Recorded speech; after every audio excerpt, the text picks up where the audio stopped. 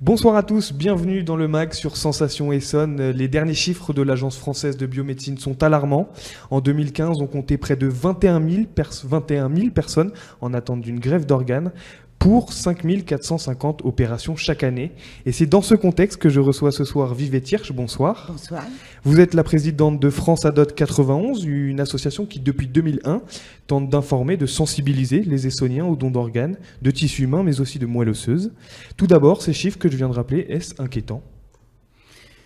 Alors, je pense qu'il y a eu des progrès considérables et c'est ça aussi qu'il faut le saluer. Donc, il y a quand même eu 15% de plus de greffes l'année dernière que les années précédentes. Bon, ça, je pense que c'est très important de le dire, mais ce n'est pas suffisant parce qu'il y a toujours, malheureusement, autant de refus de la volonté des personnes, c'est pas toujours respecté. Donc le nombre de refus est très important puisque en moyenne en France, c'est 32% de refus et en Île-de-France, c'est 42%. Donc il faut absolument que ces chiffres baissent pour que l'on puisse proposer aux personnes qui attendent une transplantation dans les meilleures conditions et leur rendre une qualité de vie auquel ils ont droit comme tout à chacun. En quoi le don d'organes est-il si important aujourd'hui ? Est-ce que ça peut réellement sauver des vies ? Alors non seulement le don d'organes, ça sauve des vies, mais surtout ça permet à chaque personne qui en bénéficie d'avoir une renaissance. Les personnes qui reçoivent un organe, elles ont une naissance et elles ont une renaissance. Et donc elles ont 2 anniversaires par an, ce qui est merveilleux quand même. Et je crois que ça c'est le plus important. Le témoignage de ceux qui ont reçu disent tous, même quand ils ont quelques soucis de santé autres, mais ils disent tous que ça leur permet de pouvoir avoir une vie normale. Avoir une vie normale, c'est ce que tout le monde espère au cours de sa vie, quel que soit son âge. Il faut le rappeler à nos auditeurs qu'on peut donner certains de nos organes de notre vivant, mais également après son décès. Comment devient-on un donneur ? Quelle procédure doit-on suivre pour devenir donneur ? Il faut déjà avoir la volonté soi-même de le faire, donc d'en parler. Après, il faut s'exprimer. Et il faut savoir que dans le cadre du don d'organes, il y a donc 2 types de possibilités. Soit on peut donner, bien évidemment après son décès, qui est constaté, soit la mort du cerveau, qui s'appelle la mort encéphalique, soit l'arrêt cardiaque, puisqu'aujourd'hui, on peut aussi annoncer le décès de quelqu'un et quand son cœur s'arrête. Et aujourd'hui, on peut remettre en route un cœur et donc pouvoir organiser un prélèvement si c'est le cas. Et puis le don de vivants. Donc le don des vivants, c'est quelque chose qui était pas très connu, ni du public, ni, on va dire, non pas des chirurgiens, mais n'était pas proposé. On va dire ça comme ça. Aujourd'hui, c'est différent. Il y a énormément de personnes qui acceptent de pouvoir donner de leur vivant un rein. On peut vivre très bien avec un seul rein et pas 2.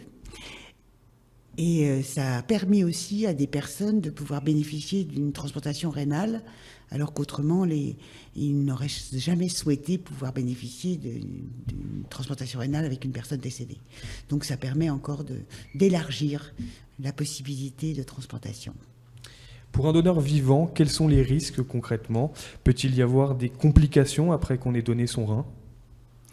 Au niveau rénal, c'est 0,001%. C'est-à-dire pas grand-chose, pas plus que de connaître une opération. Au niveau du foie, c'est beaucoup plus compliqué. Le foie, c'est un organe qui est très irrigué. Donc on a toujours peur des hémorragies au niveau du foie. Et donc quand il y a prélèvement de morceaux de lobe de foie, le foie étant le seul organe qui repousse dans notre corps, c'est formidable quand même, on a une très belle machine. Donc on peut le faire, surtout dans les cas d'urgence pour des enfants, soit éventuellement pour des personnes qui seraient vraiment, malheureusement, qui attendent un foie depuis quelque temps et qui, dans la liste d'attente, remontent au niveau de leur place parce qu'il y a une urgence qui peut devenir une super urgence. Pour les personnes qui donnent leur foie de leur vivant, il y a un peu plus de risques, mais on va dire que les personnes qui font ça, elles sont tout à fait au courant, elles passent devant un comité d'éthique, il faut aller au tribunal pour avoir une autorisation, c'est tout plein de papiers, tout plein de choses à faire, mais une fois qu'on est décidé, je pense que c'est difficile de ne pas accepter ce qui a été proposé à quelqu'un qui en a besoin. Cette fois, pour la personne qui reçoit, c'est une situation qu'on ne souhaite évidemment à personne, mais on entend souvent parler du rejet de greffe. Qu'est-ce que ça signifie ?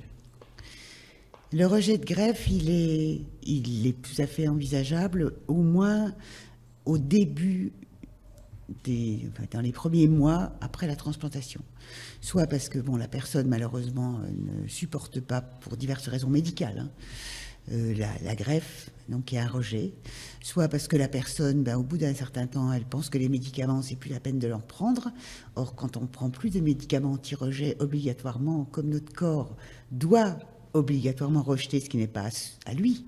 Donc si on ne prend plus les médicaments, on le rejette. Et à ce moment-là, il y a le rejet du greffon. Et puis plus tard, malheureusement aussi, le greffon, c'est pas à vie. Et que quand le greffon commence à présenter certaines difficultés, on est obligé de pouvoir penser à l'enlever et à prévoir une autre greffe. Je le disais tout à l'heure, on comptait en 2015 près de 21 500 personnes en attente de greffe contre 12 000 en 2005. Comment peut-on expliquer cette hausse ? Est-ce que c'est le vieillissement de la population qui est l'une des causes de ce besoin grandissant en greffons ? Alors vous avez raison, parce que le vieillissement de la population existe. Les personnes vivent sans trop de difficultés, pratiquement jusqu'à 100 ans. Aujourd'hui, les centenaires, c'est pas exceptionnel. Et puis, ce qu'il faut bien savoir, c'est que surtout, c'est au niveau rénal, qui est une demande extrêmement importante par rapport aux transplantations. Et il faut savoir aussi que les personnes âgées peuvent être des donneurs d'organes. Donc il faut bien les convaincre et de leur dire, ils ne sont pas trop vieux, il n'y a pas de problème, tout va très bien, vous pouvez devenir un donneur potentiel d'organes et vous pouvez accepter, et vos proches doivent accepter si vous le souhaitez, de donner et être prélevé, surtout au niveau rénal, mais même au niveau cardiaque. La semaine dernière, il y a eu des prélèvements chez une personne qui avait 85 ans. L'état des organes, on ne le connaît pas. Donc on peut donner sans quel que soit son âge. Il n'y a aucune limite d'âge, ça c'est très important. C'est très important. C'est quelque chose que souvent les gens ignorent, vous le constatez ? Oui, absolument. On constate que les gens disent « Ah non, moi je peux pas, je suis trop vieux, je peux pas donner. » Mais si, on peut toujours donner. Et on peut toujours donner la cornée. C'est très important parce que la cornée c'est un tissu, c'est pas un organe, donc c'est pas irrigué. Et donc on peut faire un prélèvement de cornée même après le décès de la personne. C'est merveilleux. Merci beaucoup, Vivette Hirsch, d'avoir été avec nous. Je le rappelle, vous présidez la fédération essonnienne de l'association France Adot. Pour plus d'informations, une seule adresse, www.france-adot.org. C'est la fin de ce MAG sur Sensation Essonne. Vous pouvez évidemment le retrouver en podcast sur notre site radiosensation.fr. Excellente soirée à tous à l'écoute de Radio Sensation Essonne.